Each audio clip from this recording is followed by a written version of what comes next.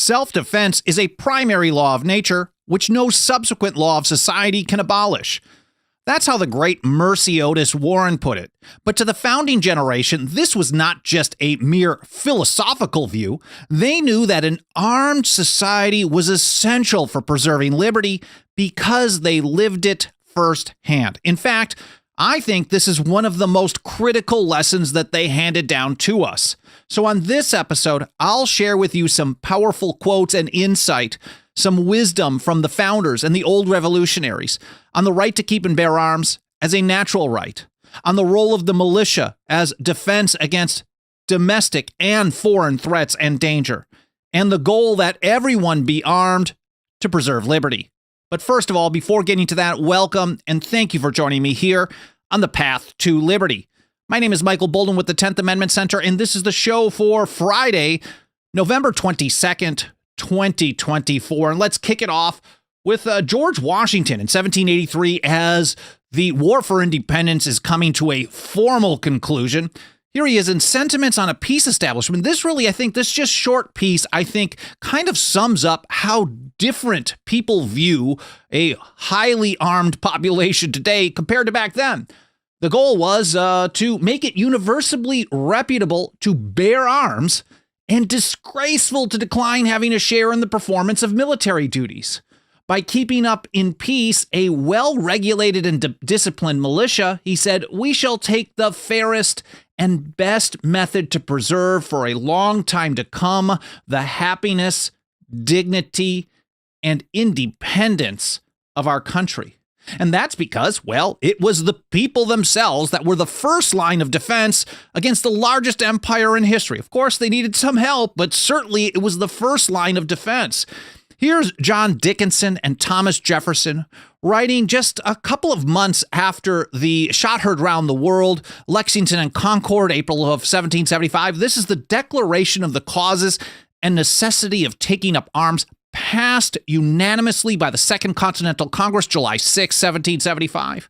And they sum it up with this: in our own native land, in defense of the freedom that is our birthright, and which we ever enjoyed till the late violation of it, for the protection of our property, acquired solely by the honest industry of our forefathers and ourselves, against violence actually offered. Of course, we know they were there on a gun control program and, well, they were the aggressors. We have taken up arms. We shall lay them down when hostilities shall cease on the part of the aggressors, and all danger of their being renewed shall be removed, and not before. Now, of course, all this is grounded in the notion or the principle of natural rights. Here's Samuel Adams writing in The Rights of the Colonists, November of 1772. And I like how he starts this out. Among the natural rights of the colonists are these. This is not an exhaustive, a complete list. First, he said, a right to life. Secondly, to liberty.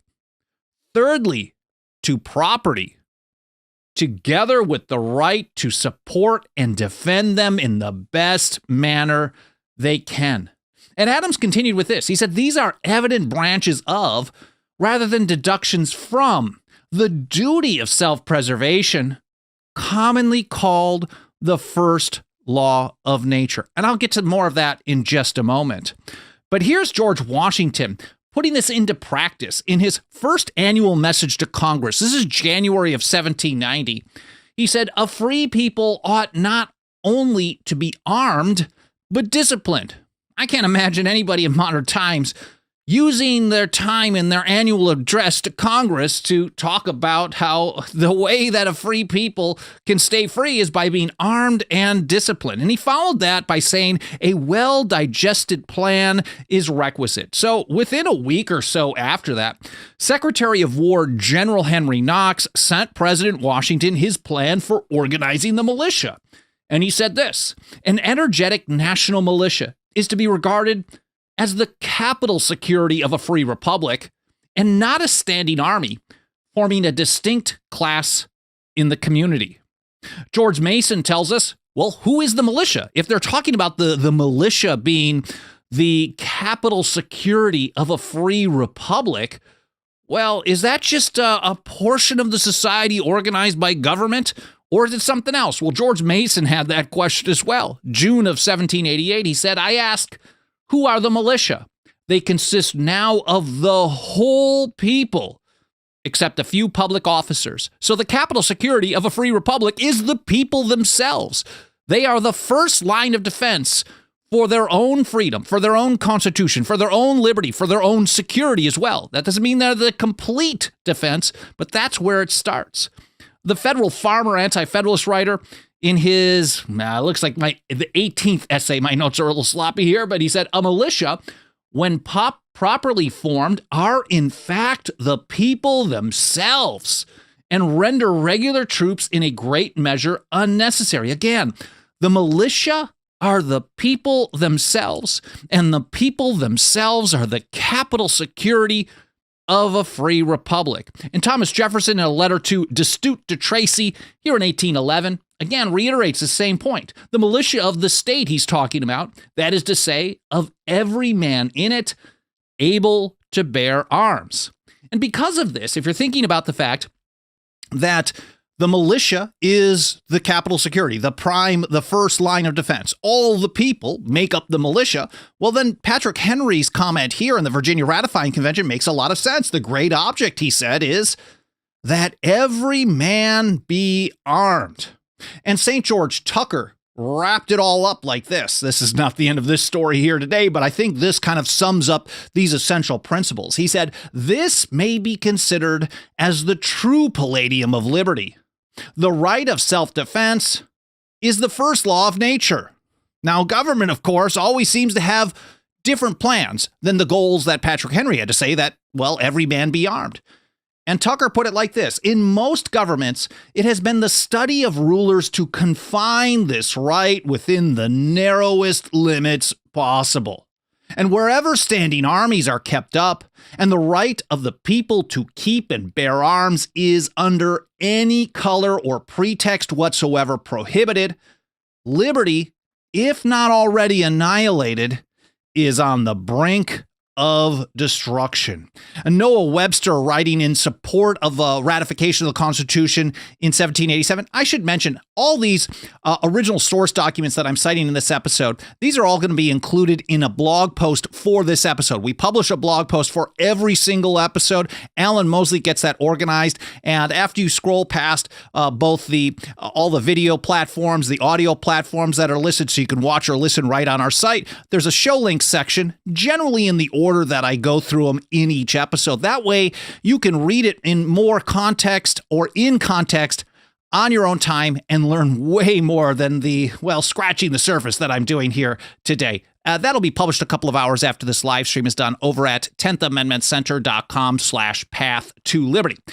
Now back to Noah Webster. Here he is in October of 1787, pointing out that before a standing army can rule, the people must be disarmed. And that's why we can understand why Patrick Henry was specifically saying that the goal is for everyone to be armed. And the Federal Farmer, who is very possibly Melancton Smith, I know a lot of people have cited as Richard Henry Lee. That's almost certainly not the case. We don't know for sure. But here's how the Federal Farmer put it. To preserve liberty, it is essential that the whole body of the people always possess arms and be taught alike, especially when young, how to use them. Now, these are principles that have been totally rejected and ignored for generations. I know people from my parents' generation often learned marksmanship in school as, well, young people. That's not something I got, certainly, and I graduated high school in 1990, so I'm not super young, but we are getting further and further and further away from this approach year in and year out. Again, to preserve liberty, it is essential that the whole body of the people always possess arms and be taught alike, especially when young, how to use them. Now, preserving liberty, of course, was the primary goal. If you want to be free. Of course, you have to be able to defend yourself. But it wasn't just about defending against criminals or foreign invaders, but also a defense against domestic tyrants as well. That's not something that a lot of people like to talk about, but I covered 4 main reasons for the Second Amendment and the individual natural right to keep and bear arms in an episode a couple of years ago that will also be linked to in the show notes. 4 main reasons for the Second Amendment. I hope you'll check that one out as well. Now, again, defense against domestic tyrants is not something that a lot of people like to talk about. They think it's kind of bombastic, but we have to tell the story as the founders told the story if we want to understand the system that they passed on to us. This was essential to the founding generation. Luther Martin discussed it like this in Genuine Information in 1788. He said, "The militia is the only defense and protection which the states can have for the security of their rights against arbitrary encroachments of the general government." If we think about the entire foundation of the American Revolution, of course, a lot of people want to think that it was just about getting representatives to tax the people. That's just nonsense. We heard over and over and over, whether it was the First Continental Congress in October of 1774, or John Hancock, or Thomas Paine in The American Crisis. These are the times that try men's souls in the depths of the winter of 1776 when things were not going too well. They all pointed out that the power to tax, these internal taxes from the British, violations of liberty, were all just an outgrowth, an exercise of the power that they claimed under the Declaratory Act over the colonies in all cases whatsoever. So they fought a long, bloody war to push back against arbitrary and unlimited power. Arbitrary power was one of the so-called grievances, the injuries and usurpations in the Declaration of Independence. And so again, they lived this firsthand and recognized that the militia was an essential defense against consolidation, centralized power that might use that power in arbitrary ways. And if we understand human history, they tend to always do that. Here's James Madison, who had a similar take in Federalist number 46. This is kind of a long piece here, but he's discussing the idea, well, what's going to happen if there's a conflict between states and feds? People are concerned about too much power on the federal level, but man, states armed up, the people of the states got a lot of power if they use it. And he put it like this: extravagant as the supposition is, let it however be made. Let a regular army fully equal to the resources of the country be formed, and let it be entirely at the devotion of the federal government. Still, it would not be going too far to say that the state governments, with the people on their side, would be able to repel the danger. He talks about how, well, they may be able to form a massive army, but that's still only a certain size. But he said to these would be opposed a militia amounting to near 500,000 citizens with arms in their hands. 500,000 with arms in their hands. And that's nowhere close to where it should be. Like, officered by men chosen from among themselves, fighting for their common liberties, and united and conducted by governments possessing their affections and confidence. So the division of powers, this system of federalism that was really emphasized by the 10th Amendment in combination with the natural right to keep and bear arms and the militia, the whole body of the people engaged in their own self-defense, is a very powerful tool, according to the father of the Constitution. And then he continued with this: besides the advantage of being armed, which the Americans possess over the people of almost every other nation, the existence of subordinate governments to which the people are attached and by which the militia officers are appointed forms a barrier against the enterprises of ambition, more insurmountable than any which a simple government of any form can admit of. Now, Alexander Hamilton, I'm not a big fan, but if you ever read through Federalist number 28, he had a very similar position on this, where an armed population working hand in hand with the state governments would be virtually insurmountable if they chose to go that route. That's Hamilton in Federalist number 28. I think he was even more hardcore than Madison here in Federalist number 46. In other words, really, this combination of, well, we'll just say the Second and the 10th Amendment, the right to keep and bear arms, and federalism, decentralization, a union of sovereign states, was the ultimate guardian of liberty. And Thomas Jefferson had a similar take in that same letter to Destutt to Tracy in 1811, discussing kind of the differences between, well, the French and, well, the United States, the system under the Constitution. He said, the true barriers of our liberty in this country are our state governments, and the wisest conservative power ever contrived by man is that of which our revolution and present government found us possessed. 17 distinct states, at least at that time, amalgamated into one as to their foreign concerns, but single and independent as to their internal administration, regularly organized with a legislature and governor resting on the choice of the people, and enlightened by a free press. I guess we got to throw in free press and free speech because that's essential to get the word out. He said, can never be so fascinated by the arts of one man as to submit voluntarily to his usurpation, nor can they be constrained to it by any force he can possess.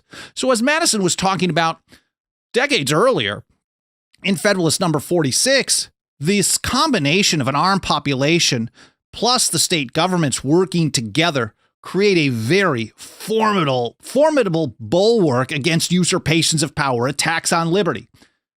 Jefferson continued, while that may paralyze the single state, so if the central government organized a military force and sent it in, he said that may paralyze the single state in which it happens to be encamped, 16 others spread over a country of 2,000 miles diameter rise up on every side, ready organized for deliberation by a constitutional legislature and for action by their governor, constitutionally the commander of the militia of the state, that is to say, of every man in it, able to bear arms. Again, the militia of each state is every man in it able to bear arms. And that militia too regularly formed into regiments and battalions, into infantry, cavalry, and artillery trained, under officers, general and subordinate, legally appointed, always in readiness. Again, the combination of the 10th and 2nd Amendments. Best friends. We also like the 9th and the 1st and really all the rest. But the 10th and 2nd Amendment hand in hand are very, very powerful tools. John Hancock understood this as well, but ultimately, well, here's how he put it. The powers reserved by the people render them secure. So all the stuff that the federal government has been delegated in the Constitution, well, everything else has been reserved by the people of the several states. The federal government has no power over firearms whatsoever. I mean, they cannot infringe, shall not be infringed is pretty straightforward. So that is reserved to the people. The right to keep and bear arms is reserved to the people. But of course, these powers don't do anything if the people don't use them. So ultimately, it is up to the people to stand strong for their constitutional liberty, whether the government happens to like it or not. And for the founding generation, using those powers, depending on the situation, how much you're going to use in one situation or another, but using the powers reserved to the people of the several states wasn't just a good idea. It was considered a duty. Again, Mercy Otis Warren put it like this: self-defense is a primary law of nature, which no subsequent law of society can abolish. This primeval, ancient principle, she said, the immediate gift of the Creator, obliges everyone to remonstrate against the strides of ambition and a wanton lust of domination, and to resist the first approaches of tyranny.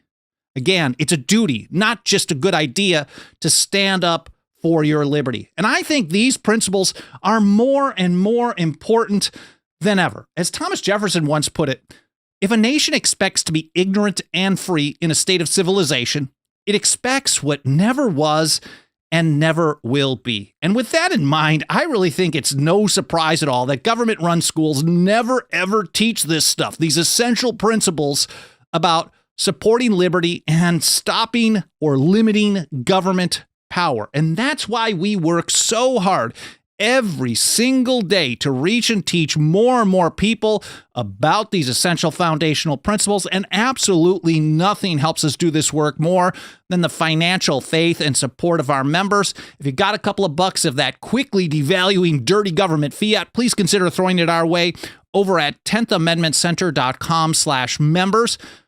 Again, 10thamendmentcenter.com/members. Our membership program starts out at just $2 a month. We also have annual, 5-year, and lifetime options. I'd be extremely grateful for any consideration you can give to join us as a member today. 10thamendmentcenter.com/members. You can also pitch in with a one-time contribution, 10thamendmentcenter.com/donate.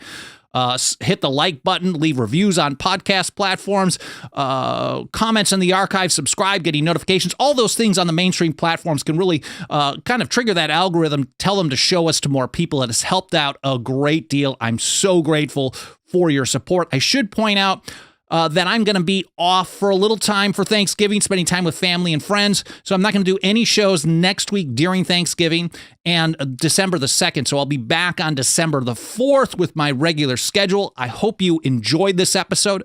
I hope it made you think. I hope you learned something. I hope you have an awesome Thanksgiving. And I look forward to seeing you next time here on the Path to Liberty.